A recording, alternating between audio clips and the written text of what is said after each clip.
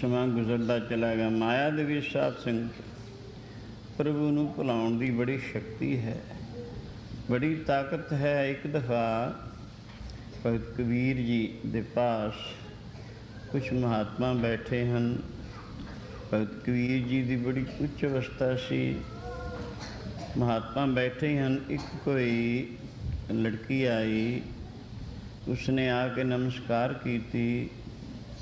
ਭਗਤ ਜੀ ਨੇ ਉਸਨੂੰ ਕੋਈ ਆਓ ਭਗਤ ਨਹੀਂ ਕੀਤੀ ਜਾਂ ਉਸਦਾ ਸਤਿਕਾਰ ਨਹੀਂ ਕੀਤਾ।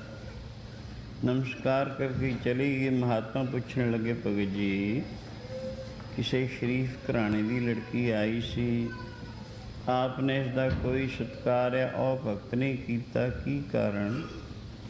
ਭਗਤ ਜੀ ਕਹਿਣ ਲੱਗੇ, ਐ ਮਹਾਤਮਾ ਲੋਗੋ, ਇਸ ਦਾ ਕੀ ਸਤਿਕਾਰ ਕਰੀਏ? ਇਹ ਤਾਂ ਮਾਇਆ ਹੈ, ਈਸ਼ਵਰੀ ਮਾਇਆ ਹੈ। ਇਹਦੇ ਵਿੱਚ ਪ੍ਰਭੂ ਨੂੰ ਭੁਲਾਉਣ ਦੀ ਬੜੀ ਸ਼ਕਤੀ ਹੈ, ਬੜੀ ਤਾਕਤ ਹੈ। ਸਾਰੀ ਦੁਨੀਆ ਦੀ ਮੱਤ ਇਸੇ ਨੇ ਮਾਰੀ ਹੋਈ। ਨਹੀਂ ਤਮਾਮ ਦੁਨੀਆ ਪ੍ਰਭੂ ਦੀ ਭਗਤ ਬਣ ਜਾਵੇ। ਸੰਯੋਗ ਕਰਕੇ ਉਹ ਕਹਿਣ ਲੱਗੇ, ਭਗਤ ਜੀ ਇੱਕ ਗੱਲ ਹੋਰ ਵੀ ਦੇਖੀ। ਕਹਿਣ ਲੱਗੇ, ਕੀ ਗੱਲ ਦੇਖੀ? ਕਹਿਣ ਲੱਗੇ, ਇਸ ਦੇ ਮੱਥੇ ਦੇ ਕੇਸ ਵੀ ਕਸੇ ਹੋਏ, ਗਿੱਚੀ ਦੇ ਕੇਸ ਵੀ ਕਸੇ ਹੋਏ, ਇਹ ਕੀ ਕਾਰਨ? ਭਗਤ ਕਬੀਰ ਜੀ ਕਹਿੰਦੇ, ਆਓ ਜਾਂਦੀ, ਉਸ ਨੂੰ ਬੁਲਾ ਲਓ, ਉਹਦੀ ਜ਼ੁਬਾਨੀ ਪੁੱਛੋ, ਮੈਥੋਂ ਕੀ ਪੁੱਛਣ। ਉਸ ਨੂੰ ਆਵਾਜ਼ ਦਿੱਤੀ ਗਈ, ਉਹ ਆ ਗਈ, ਆ ਕੇ ਨਮਸਕਾਰ ਕਰਕੇ ਬਹਿ ਗਈ। ਭਗਤ ਕਬੀਰ ਜੀ ਕਹਿੰਦੇ, ਲక్ష్ਮੀ, ਇਹ ਸਾਧੂ ਲੋਕ ਕੁਛ ਬਚਨ ਪੁੱਛਣਾ ਚਾਹੁੰਦੇ ਹਨ, ਇਹਨਾਂ ਦੇ ਸਵਾਲਾਂ ਦਾ ਮਾਕੂਲ ਜਵਾਬ ਦੇ। ਉਹ ਕਹਿਣਗੇ, ਪੁੱਛੋ। ਮਹਾਤਮਾ ਕਹਿਣ ਲੱਗੇ, ਇਹ ਤੇਰੇ ਮੱਥੇ ਦੇ ਕੇਸ ਵੀ ਕਸੇ ਹੋਏ ਹਨ ਔਰ ਗਿੱਚੀ ਦੇ ਕੇਸ ਵੀ ਕਸੇ ਹੋਏ ਹਨ, ਇਹ ਕੀ ਕਾਰਨ ਹੈ? ਤੇ ਤੂੰ ਕੌਣ ਹੈ? ਅਸਲੀ ਗੱਲ ਖੋਲ੍ਹ ਕੇ ਦੱਸ। ਉਹ ਕਹਿਣ ਲੱਗੀ, ਐ ਸਾਧੂ ਜਨੋ, ਮੈਂ ਈਸ਼ਵਰੀ ਮਾਇਆ ਹਾਂ। ਮੇਰੇ ਵਿੱਚ ਪ੍ਰਭੂ ਨੂੰ ਭੁਲਾਉਣ ਦੀ ਬੜੀ ਸ਼ਕਤੀ ਹੈ, ਬੜੀ ਤਾਕਤ ਹੈ, ਪਰ ਮੇਰੇ ਮੱਥੇ ਦੇ ਕੇਸ ਜਿਹੜੇ ਹਨ ਉਹ ਤਾਂ ਇਉਂ ਕੱਸ ਗਏ। ਜਿਹੜੇ ਪ੍ਰਭੂ ਦੇ ਪਿਆਰੇ ਹਨ ਉਹਨਾਂ ਅੱਗੇ ਮੈਂ ਨਮਸਕਾਰਾਂ ਕਰਦੀ ਹਾਂ ਤਾਂ ਕਿ ਮੇਰਾ ਵੀ ਭਲਾ ਹੋ ਜਾਏ। ਸਾਧੂ ਕੇ ਠਾਂਡੀ ਦਰਬਾਰ ਕਰ ਕਿਰਪਾ ਮੋਕੋ ਨਿਸਤਾਰ, ਜੋ ਕਹੇਂ ਸੋ ਕਾਰ ਕਮਾਸੀ, ਭਗਤਾਂ ਕੀ ਕਾਰ ਕਮਾਵੇ। ਇਹ ਉਹਨਾਂ ਨੇ ਕਸਾਏ ਹੋਏ। ਇਹ ਸੁਣ ਕੇ ਮਹਾਤਮਾ ਕਹਿਣ ਲੱਗੇ, ਐ ਲక్ష్ਮੀ, ਆਪਣਾ ਕੋਈ ਕੌਤਕ ਦਿਖਾ। ਕਹਿਣ ਲੱਗੇ, ਮੇਰੇ ਕੌਤਕ ਦੇਖਣੇ, ਸਾਰੀ ਦੁਨੀਆ ਵਿੱਚ ਮੇਰਾ ਹੀ ਕੌਤਕ ਵਰਤ ਰਿਹਾ ਹੈ। ਥਾਂ ਥਾਂ ਰਗੜੇ ਝਗੜੇ, ਕੁਛ ਤੋਂ ਖੂਨ, ਮੇਰੀ ਹੀ ਕਿਰਪਾ ਹੈ। ਪਰ ਜੇ ਕੁਛ ਦੇਖਣਾ ਇਹ ਸਰੀਰ ਕਰਕੇ ਤਾਂ ਤੁਸੀਂ ਮੇਰੇ ਨਾਲ ਚੱਲੋ। ਇਹ ਨਾਲ ਹੀ ਘਣਾ ਜੰਗਲ ਹੈ ਕਾਸ਼ੀ ਦੇ, ਉੱਥੇ ਚੱਲ ਕੇ ਮੈਂ ਦਿਖਾ ਦਿੰਦੀ ਹਾਂ।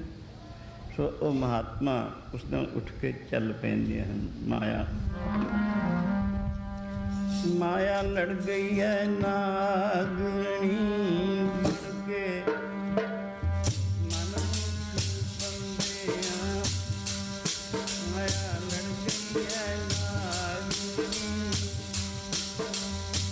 ਮਨ ਮੁਖ ਬੰਦਿਆਂ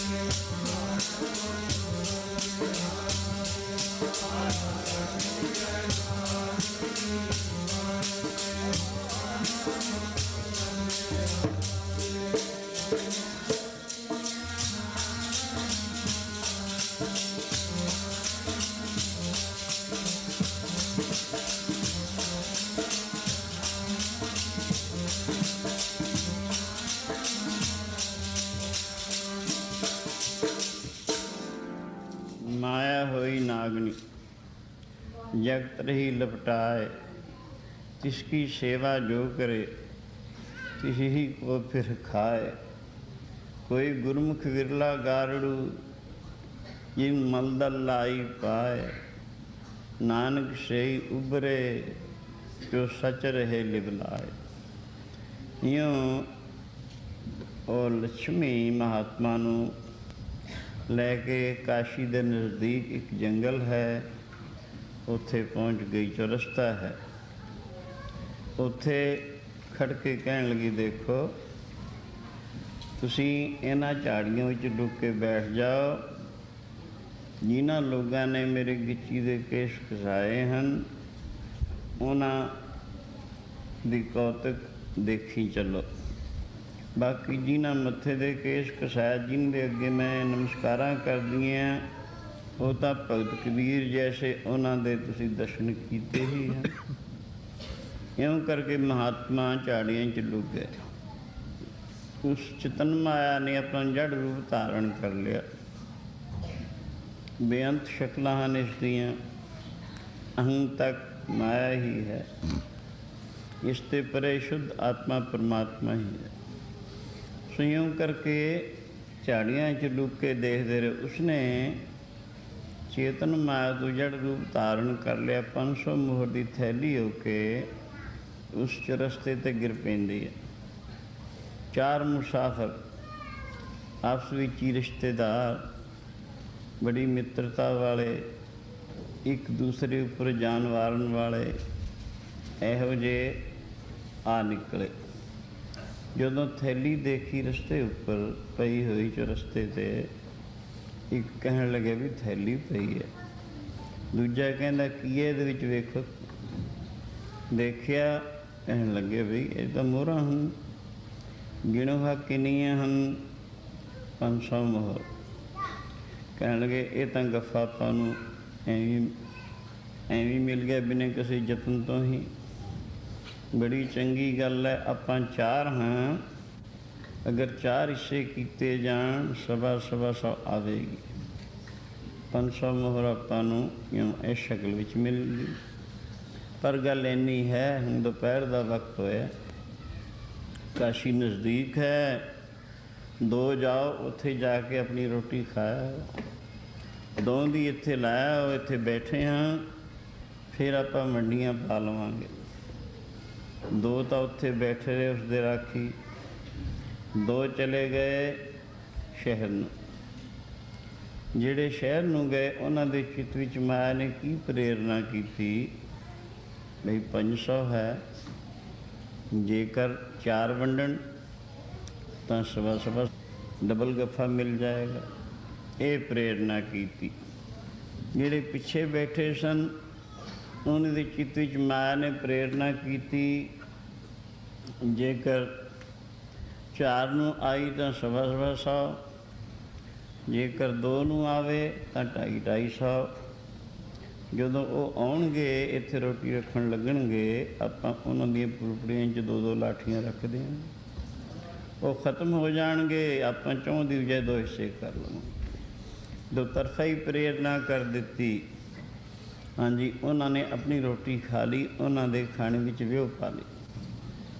वो पिछे सोची वगदे भी जदों आउणगे, आउण सारी 2-2 लाठियां पुलपड़ी च रख देणियां। पुड़पड़ी विच लाठी लगी, कहनूं वजदा आदमी। सो इउं आके जदों और रखण लगे रोटी, इन्हां 2-2 रख दित्तियां दोनों। उसी वक्त चित्त हो गया। तो कहण लगे हुण आपां रोटी खा लीए, पिछों वंडांगे। वो खाने विच व्योह सी, जहर सी। जदों खाना खाधा, व्योह खा के मर गए। चारे उत्थे चित्त होए पए।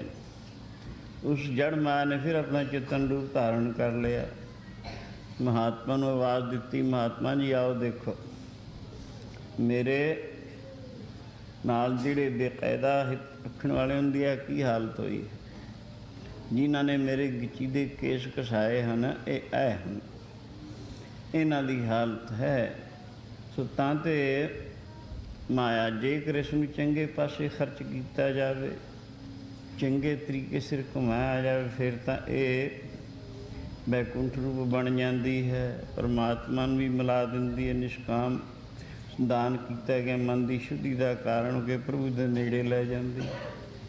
और जेकर इसनूं बुरे पासे खर्च कर दिता जाए बुराइयां विच, इसने इसनूं नरकां नूं दोज़खां नूं लै जाना है। इस करके दो तरफा ही काम करती है। तां दे जिहड़े मनमुख हैं इसनूं गलत रस्ते ते खर्चते हैं, जिहड़े गुरमुख हैं उसनूं ठीक रस्ते ते खर्च के ये तो सेवा लेंदे हैं। तदे ही माया कहती है साधु के ठांडी दरबार, कर कृपा मोह को निस्तार, जो कहें सो कार कमावा, जन नानक गुरमुख नेड़ न आवा। हाँ, सेवा करके माया सफली हुंदी है, गलत रस्ते ते लाया यही माया दोज़ख नूं लै जाती है। तदे गुरु जी ने इस प्रथा मनमुख और गुरमुख, गुरमुख वो हुंदा है जिन्हें अपना तन मन धन गुरु की भेंट चाढ़िया हो, उसके कहे अनुसार अपने जीवन नूं बतीत करता होवे। पर मनमुख वो हुंदा है जिहड़ा मन के कहे अनुसार चलण वाला है। दोनों दे विच जमीन आसमान का फर्क है। सोचो एक कोई राजा जो पहले भी सत्संगी ते भजन करने वाला सी, उसनूं राज भाग बड़ा दुख रूप प्रतीत हुंदा सी। वो चाहुंदा सी मैं एकांत बैठ के परमेश्वर के भजन का आनंद लवां। यूँ चाहुंदा सी। एक दिन कुदरती एक महात्मा उस पास आ जाते हैं, उन्होंने मिलिया, मिल के गलबात की, कहण लगा महाराज इस राज भाग ने बड़ा दुखी किया, चाहुंदा हाँ किते एकांत बैठ के परमेश्वर का भजन करा, मनुखा दे मिली है व्यर्थ जा रही है, इसनूं भजन आनंद विच लगा के सफली करा। ये सुन के महात्मा कहणगे गल तां राजन ठीक है, मनुखा दे जो मिली है ये भजन करने वास्ते ही मिली इस जीव नूं, पर तू राज भाग विच रहिंदा होया भजन करी जा। कहण लगा महाराज बड़ा दुख रूप प्रतीत हुंदा है। फिर कहण लगे जे तू राज भाग छड्ड के किते गोशाकुनी अख्तियार की एकांत जाके भजन करन लग्या, तीन चीज़ों की लोड़ तो फिर भी पैनी है, कुली जुली गुली। यानी प्राण की रक्षा वास्ते भोजन भी चाहिए, तन ढकणू कपड़ा भी चाहिए, और एक मंजी का थां भी चाहिए, गर्मी सर्दी बारिश बूरिश से बचन वास्ते। सो ये तीन गल्लां तां अवश्य चाहिए, होर भी कुछ थोड़ी बहुत जरूरियात चाहिए होंदियां हैं। फिर वो कित्थों हासिल करेगा? कहण लगा किते घाह घू खोद के यूँ गुजारा कर लिया करांगा। महात्मा कहण लगे अच्छा गल चंगी है, ये राज भाग इनू की करेगा? ये कहण लगा आप सांभ लो। महात्मा कहण लगे जिहड़ी चीज़ ने तेनू सुख नहीं दिता, तेनू दुख रूप हो रही है, मैनू संभाल के मैनू सुख दऊगी। जे तेनू दुख रूप भासदी है, मैनू किवें सुख रूप भासू है? मेरे वास्ते तो उदू भी ज़्यादा दुख रूप हो जाएगी। हाँ, दुख मैनू देना है, भला ये भी सुख की है? जे सोच के देखें, माया है, आशा तृष्णा चिंता का घर है। ये थोड़ी है तो आशा बनी रही है, यानी नहीं है तो आशा बनी रही है। जे थोड़ी जी ज़्यादा होगी और तृष्णा बढ़ जाती है। फिर जे किते खर्च होगी या किसी पासे इधर उधर टेस्ट टूस्ट लग गए तो चिंता तंग करती है। आशा तृष्णा चिंता तीन डैणा बड़ खाई जांदियां, ये भरियां पईयां माया दे विच, ये तो छुटकारा ही नहीं है। इस करके जिहड़ी चीज़ तेनू सुख ना दे सकी, मैनू किवें सुख देवेगी? यूँ ये दुख मेरे पल्ले पाउना तू, ये की अकल की गल है? खैर कहने लगा महाराज फिर मैं बड़ा दुखी होया, मैं चाहना एकांत बैठ के भजन का ही आनंद लवां। महात्मा उसने शिक्षा देने वास्ते कहणगे अच्छा जे तेरा यही ख्याल है, चल मैनू सौंप दे। किमें सौंपेगा? कहने लगा मैं अरदास करा देना, चूड़ी छड़ देना, जिमें कहूँ उवें ही कर देना। खैर जो जितना राज भाग सब कुछ सी उन्हों की भेंट झाड़ दिता। ਕਹਿਣਗੇ ਹੁਣ ਤੂੰ ਕੀ ਕਰੇਂਗਾ ਦੱਸ। ਕਹਿਣ ਮੈਂ ਕਿਤੇ ਇਕਾਂਤ ਥਾਂ ਜਾ ਕੇ ਪਰਮੇਸ਼ਰ ਦਾ ਭਜਨ ਕਰਾਂ, ਛਪਰੀ ਛੱਲੀ ਪਾ ਲਾਂਗਾ। ਰੋਟੀ ਵਾਸਤੇ ਕਹਿਣ ਲੱਗਾ ਕਿਤੇ ਘਾਹ ਘੂ ਖੋਦ ਲਿਆ ਕਰਾਂਗਾ। ਮਹਾਤਮਾ ਕਹਿਣਗੇ ਦੇਖ ਰਾਜਨ, ਤੂੰ ਰਾਜਾ ਹੈ, ਤੈਂ ਕਦੇ ਘਾਹ ਨਹੀਂ ਖੋਤਿਆ, ਤੈਨੂੰ ਘਾਹ ਖੋਤਣ ਦਾ ਪਤਾ ਨਹੀਂ ਹੈ। ਮੈਂ ਫਕੀਰ ਹਾਂ ਪਹਿਲਾਂ ਤੋਂ ਹੀ, ਸਾਧੂ, ਮੈਂ ਕਦੇ ਰਾਜ ਨਹੀਂ ਕੀਤਾ, ਮੈਨੂੰ ਰਾਜ ਦੀ ਵਾਕਫੀਅਤ ਨਹੀਂ ਹੈ। ਮੈਨੂੰ ਵੀ ਕੋਈ ਨਾ ਕੋਈ ਯੋਗ ਸੇਵਕ ਢੂੰਡਣਾ ਪਊ ਇਸ ਦੇ ਪ੍ਰਬੰਧ ਵਾਸਤੇ। ਗੱਲ ਇਉਂ ਹੈ, ਤੈਨੂੰ ਰੋਟੀ ਕੱਪੜਾ ਕੁੱਲੀ ਜੁੱਲੀ ਗੁੱਲੀ ਜ਼ਰੂਰ ਚਾਹੀਦੀ ਹੈ। ਇਉਂ ਕਰ ਫਿਰ ਤੈਨੂੰ ਦਸੀਏ, ਤੂੰ ਰਹਿਣ ਵਾਸਤੇ ਯੋਗ ਜਗ੍ਹਾ ਲੈ ਲੈ, ਅਤੇ ਖਾਣੇ ਦਾਣੇ ਵਾਸਤੇ ਤੇਰਾ ਜਿਤਨਾ ਜਿਹਦੇ ਨਾਲ ਤੈਨੂੰ ਠੀਕ ਠੀਕ ਸਰ ਜਾਵੇ ਉਹ ਰੱਖ ਲਾ ਆਪਣਾ ਖਰਚ। ਕੱਪੜਾ ਲੀੜਾ ਲੈ ਲਾ, ਹੋਰ ਜਿਤਨੀਆਂ ਜ਼ਰੂਰੀਆਤਾਂ ਹਨ ਉਹ ਆਪਣੀਆਂ ਲੈ ਲਾ, ਬਾਕੀ ਆਪਣਾ ਕੁਛ ਨਾ ਸਮਝ ਤੂੰ, ਕਿਉਂਕਿ ਮੈਨੂੰ ਵੀ ਤਾਂ ਲੋੜ ਪੈਣੀ ਕਿਸੇ ਯੋਗ ਸੇਵਕ ਦੀ। ਤੂੰ ਹੀ ਇਹ ਕਰਦਾ ਰਹੇ, ਤੈਨੂੰ ਇਹਦੀ ਯੋਗਤਾ ਹੈ ਰਾਜ ਕਰਨ ਦੀ, ਮੈਨੂੰ ਰਾਜ ਕਰਨ ਦੀ ਯੋਗਤਾ ਨਹੀਂ ਹੈ। ਘਰ ਹੀ ਤੇ ਦੁੱਖ ਖੋਤਿਆ ਜਾਣਾ, ਇਸ ਕਰਕੇ ਇਹ ਰਾਜ ਕਰਦਾ ਰਹੇ, ਪਰ ਆਪਣਾ ਨਾ ਸਮਝ। ਹੁਣ ਤੇਰਾ ਨਹੀਂ, ਹੁਣ ਇਹ ਮੇਰਾ ਹੈ, ਮੇਰਾ ਜਾਣ ਕੇ ਕਰੀ ਜਾ, ਆਪਣਾ ਸਮਝਣਾ, ਨਫੇ ਨੁਕਸਾਨ ਦੀ ਪਰਵਾਹ ਨਾ ਕਰ, ਠੀਕ ਠੀਕ ਤਰੀਕੇ ਸਿਰ ਤੂੰ ਇਹ ਕੰਮ ਕਰ। अगर यूँ करेंगा तो अपने आप ही महसूस करेंगा कि कितना सुखी हो गया। खैर यूँ करके महात्मा ने उतों की चूड़ी छड़ा के राज भाग उसे नूं समाता। कहन तू अपना ना समझी, हुण तेरा नहीं, ये मेरा है, तू बस आई चीज़ां ले लै कुल्ली जुल्ली गुल्ली। उसने ऐसा मंजूर कर लिया। महात्मा खैर कुछ दिन उत्थे रहिंदे रहे, उस तो बाद आप चले गए किधरे होर जिधर वाहिगुरू दी रज़ा। इउं ਉਹ ਰਾਜ ਕਰਨ ਲੱਗ ਗਿਆ। ਉਹੀ ਰਾਜਾ ਪਹਿਲਾਂ ਜਿਸ ਰਾਜ ਤੋਂ ਦੁੱਖ ਮਹਿਸੂਸ ਕਰਦਾ ਸੀ, ਹੁਣ ਉਸ ਨੂੰ ਉਹ ਦੁੱਖ ਰੂਪ ਨਹੀਂ ਮਹਿਸੂਸ ਹੋ ਰਿਹਾ। ਕਿਉਂ? ਉਹਦੀ ਹੰਗਤਾ ਟੁੱਟ ਚੁੱਕੀ ਹੈ, ਉਹਦੀ ਮੈਂ ਮੇਰੀ ਟੁੱਟ ਚੁੱਕੀ ਹੈ। ਮੈਂ ਮੇਰੀ ਨੂੰ ਦੁੱਖ ਹੈ ਸਾਰਾ। ਤਦੇ ਸਿਆਣੇ ਪੁਰਸ਼ਾਂ ਨੇ ਕਿਹਾ ਮੈਂ ਮੇਰੀ ਨੂੰ ਮਾਰ ਕੇ ਨਿੱਕੀ ਕਰਕੇ ਕੁੱਟ, ਪਰੇ ਖਜ਼ਾਨੇ ਸਾਹਿਬ ਦੇ ਲਾੜਾ ਹੋ ਕੇ ਲੁੱਟ। ਇਉਂ ਸਿਆਣੇ ਨੇ ਕਿਹਾ ਹੈ। ਇਸ ਕਰਕੇ ਮੈਂ ਮੇਰੀ ਨੂੰ ਦੁੱਖ ਹੈ ਸਾਰਾ, ਇਹਨੇ ਅਟੈਚਮੈਂਟ ਨੂੰ ਦੁੱਖ ਹੈ, ਪਕੜ ਨੂੰ ਦੁੱਖ ਹੈ। ਸੋ ਉਹੀ ਰਾਜਾ ਰਾਜ ਵੀ ਕਰਦਾ ਹੁਣ ਗੁਰਮੁਖ ਹੈ ਵਿੱਚ ਰਹਿੰਦਾ, ਆਪਣਾ ਨਾਂ ਸਮਝ ਕੇ ਪਰਮ ਸੁਖੀ ਹੈ। ਨਾਲੇ ਭਜਨ ਵੀ ਕਰੀ ਜਾਂਦਾ ਹੈ ਔਰ ਪ੍ਰਜਾ ਨੂੰ ਸੁਖ ਵੀ ਦੇਈ ਜਾਂਦਾ, ਸੇਵਾ ਵੀ ਕਰੀ ਜਾਂਦਾ ਹੈ। ਇਸੀ ਤਰ੍ਹਾਂ ਰਾਜਾ ਜਨਕ ਸੀ।